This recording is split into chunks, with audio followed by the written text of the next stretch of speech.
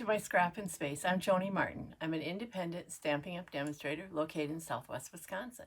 And I'm here to share with you a card made with products in the beautiful gallery suite. Let's get my face out of the way and let's talk about creating. So here's the card I'm going to show you how to make. It comes together so easily, and yet I think it has such great impact. I am using some products from Beautiful Gallery, which is a suite in the 25-26 annual catalog. And specifically, I'm using a paper from there, and I'm using this die, which actually cuts a number of pieces at the same time. Wait till you see how easy this card is to come together. This is the die we're using from Beautiful Gallery, and we're also going to use birchwood, which is an embossing folder, not part of this gallery, but a great must-have in your crafting supply. So for this card, we're going to start with a paper from the Beautiful Gallery paper pack. Stunning, isn't it? Let me show you how easy it is to get this impact where you actually have 3 rows and or 3 layers, let's say, or frames, and the center one is at a different level and has been embossed. So we're going to begin by lining this up here. And what you want to do is you just kind of want to look and say, what do I want in that center frame? And it's up to you. You could do that. You could do this.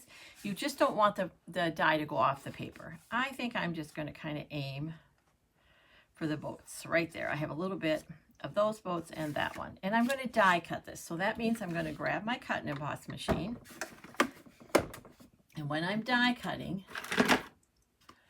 I'm going to use plate 1. And this is all written right on the plate, so I don't have to remember it. Plate 2, and then 2 of the clear plates, which are plate 3. So here's one of mine. As you can see, they're pretty well loved, but they work just fine. And let me grab one more here. I have a whole bin of them. So then I'm going to set this on plate 3. Let me show you. We want to make sure that there's a plate on top. So in my cut and emboss machine, I have 1 and 2 down, and this is the sandwich that's going to go in there with 2 clear plates. Yep. Okay. Then we're just going to roll it through. Just like that. Now I'm stopping because in showing it with you, I don't have it straight anymore. There we go. And honestly, I'm not sure anyone else would notice, but you know, we would notice, right? Yeah. So then I'm just going to roll it through just like that. See how it's coming through? I'm going to just stop. I don't want to hit my camera stand. And we're not going to put the cut and emboss machine away because we're going to use it for something else. When I take this off, look what I have. I have this piece, and we want all the pieces that are coming out of here. There's the center. Then on the back, I have 2 more frames. And on the front, see those tiny holes? Those are called release holes. So I'm going to grab my pick your tool, take your pick tool, and I'm going to push through those holes, and that will release my frames. Just like that. There's the outside one.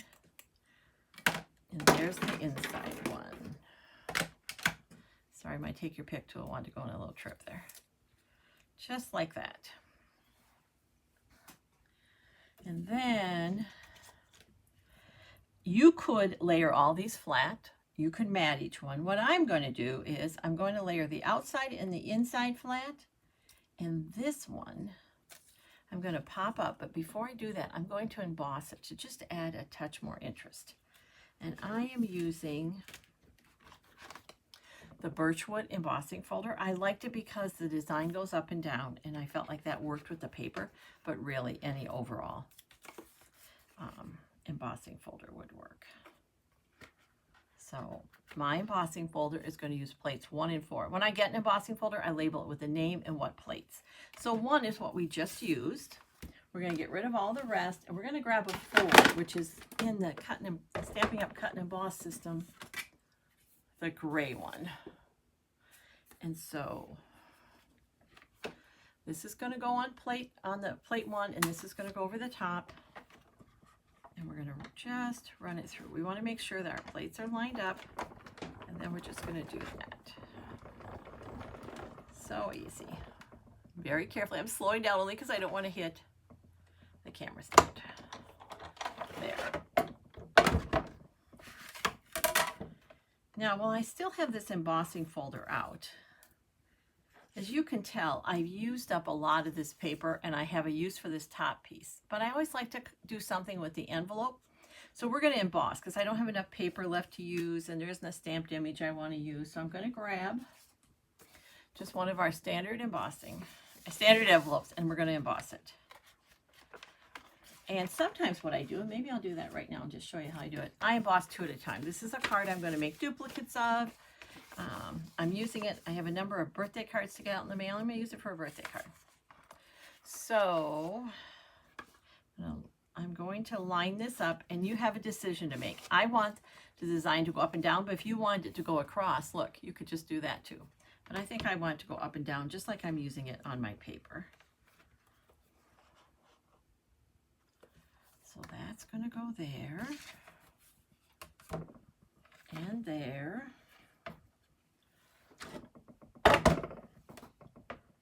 And then we're just going to run it through.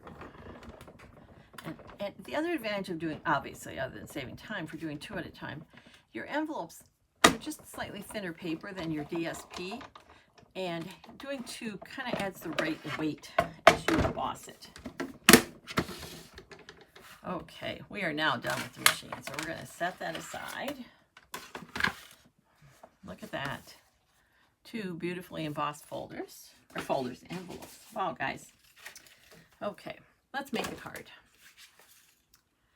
I am using Misty Moonlight for my card base, and I'm using Secret Sea to mat the pieces we've cut. And I know those colors because it tells me on the back of the paper pack what I want to do. So this piece right here is going to get centered just like that on the Secret Sea. This is a great use of a multi-purpose liquid glue. You want to use it because then I can kind of move it around if I don't have it exactly where I want. I have pretty narrow margins on here, and so I want to kind of get it to land. And notice I'm putting my glue in the center, not on the edge, because when I push down, it's going to move on me. All right. And this is going to go right here. See how I'm just kind of centering it, top and bottom, side to side. Here's the thing. I spend way too much time trying to get it right where I think it should be.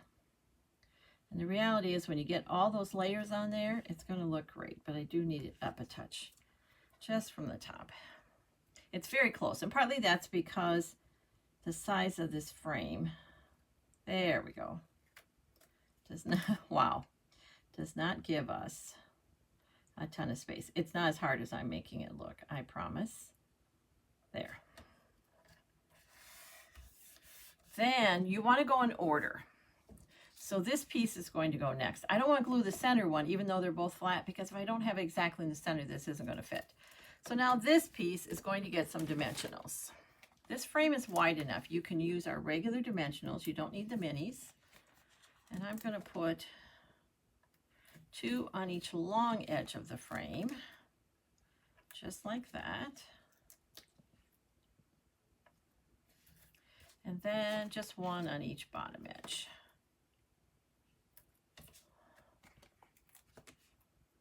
There we go. I'm going to peel those off. And the take your pick tool really works better for that. Like that. See if we can get all of them off. This last one doesn't want to leave. Okay. Then making sure that, so for example, it needs to go this way. It's actually just going to line up again. So I'm just going to drop that in there, next to there, and there. And I'm going to push that down. And you just have to kind of tell it who's boss. That's where that's going to go. Now this one just needs a touch of glue, and it's going to go in the center.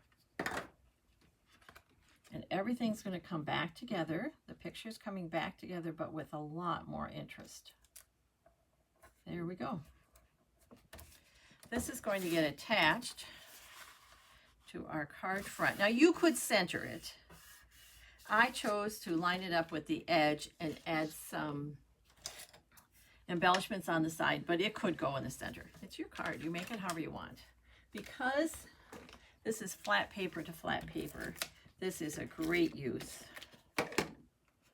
of a tape runner. But again, if you're using the liquid glue and you like it, go for it. So as you can see, I'm going right to the edge. There we go. And then I grabbed, these are the in colors, and Secret Sea is one of our in colors. And so I could use the Secret Sea ones on the Misty, or I could use Cloud Cover, which is in there too. So here's what I'm talking about. On this one, I used the darker ones. Let's see what the lighter ones look like. And let's see what they look like at the top. I like using an odd number, so I'm going to do 3. Oh, they kind of stand out, don't they? Look at that.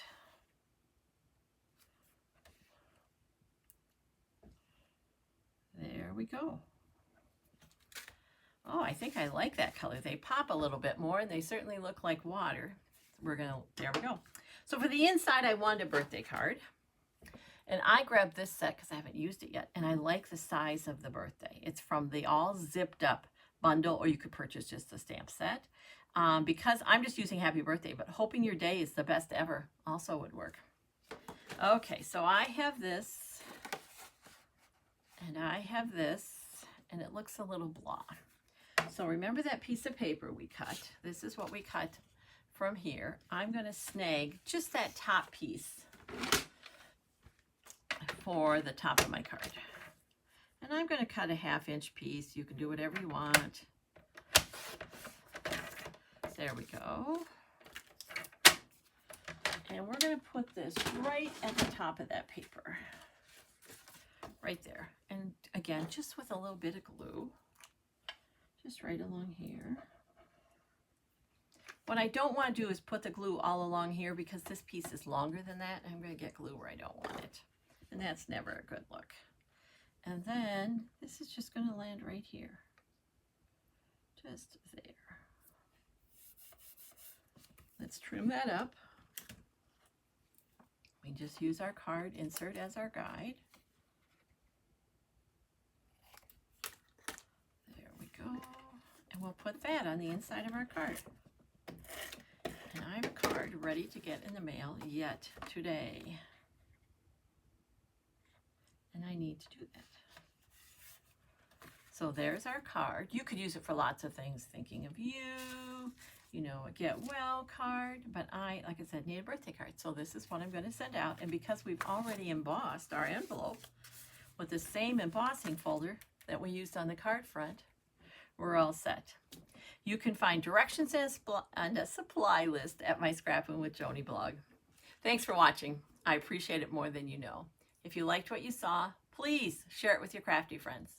Until next time, take care and keep crafting. It's good for you.